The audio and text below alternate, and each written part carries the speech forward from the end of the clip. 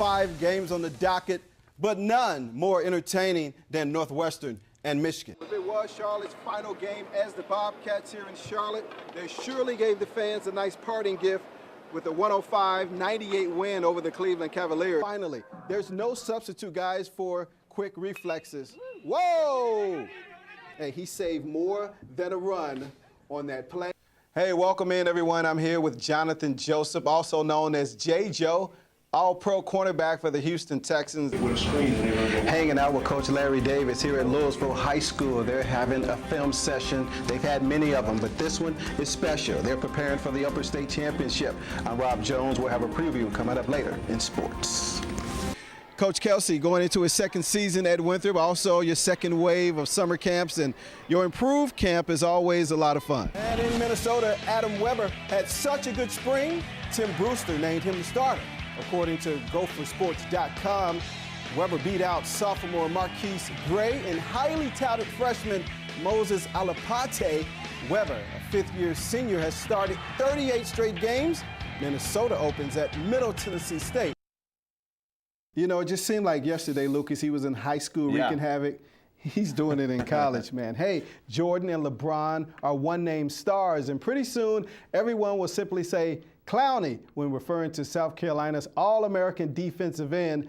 Jadeveon Clowney was named to the Walter Camp watch list, awarded to the Player of the Year. Now, Clowney, a true man-child at 6'6", 275 pounds of pure strength, muscle, and speed, has tormented offenses his first 2 seasons at South Carolina, and last year he recorded 54 tackles, 23.5 for loss, and 13 sacks. Also at the Rock Hill Tennis Center, preparations are underway for the Rock Cup Challenger going on this weekend. Nearly 50 of the top young tennis players, 10 to 16 years old, in the state will be competing, and tennis pro Tiago Rufino says this is a great opportunity for those kids to gain some notoriety. News and notes off the CN2 Sports Wire. The Rock Hill Bearcats 3-2-1 Ready basketball camp is this Saturday and Sunday from 8 to 4. Cherry Park will host 20 teams competing in Travel Baseball Nations Tournament. And Winthrop baseball coach Tom Reginas is hosting his second youth camp starting Monday, and it will run through the 26th.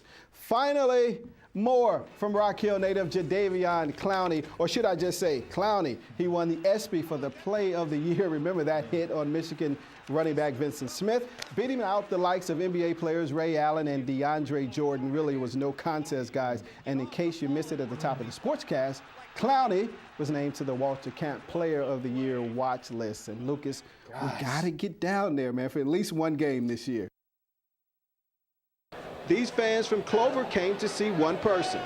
All of our kids look up to him, but just watching how much he gives back to the community, we've just become Chris Hope fans.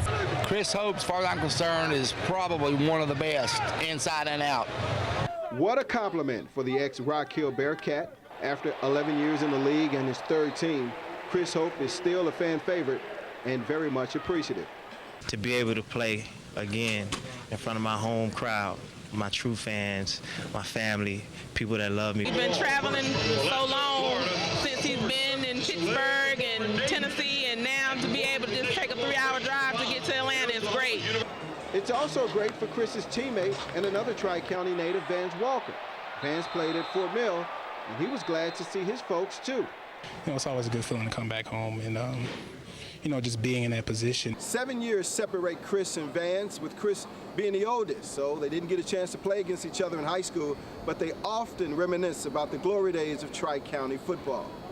Definitely. We talked about that the other day, actually. He's actually my locker mate at the facility in Atlanta, so we talk a good bit about it. He's a little behind me, so he doesn't really understand the legacy of Rock Hill football altogether. Have you ever wondered who these people are at golf events? Hole marshal. Hole marshals? Who are they, and what do they do? Really keep the crowd under control and people quiet and not moving during the shots. Roy Weinberger is a rookie hole marshal. The New Jersey native just moved to Fort Mill by way of Savannah, Georgia, a few days ago. And he's pretty much in awe about being at the Wells Fargo Championship. It's a dream, really, to be out here on a beautiful afternoon. There are more than 1,200 hole marshals and captains volunteering this week at Quail Hollow. And for Weinberger, it required a lot of patience to get there. It took me 3 years to actually be notified that I was going to be a hole marshal. John Alford, he's a veteran when it comes to manning the course, 7 years as a hole captain.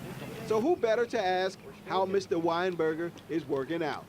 Roy's doing just fine. For his first day, he's doing well. Haven't had to crack the whip on anybody yet. Well, I appreciate his good words, but it's still early. But Roy does well. He faces the crowd, has his hands up, makes sure everybody's having a good time. The whole captain, John, has been great in terms of support. So he hasn't really had to crack the whip on anybody yet? Not yet, but that's not really until tournament days go. When the players are out here and every shot's for money, that's when we really get serious. So while you're hanging out at the Wells Fargo Championship, respect the hole marshals and captains. They just might lay down the law.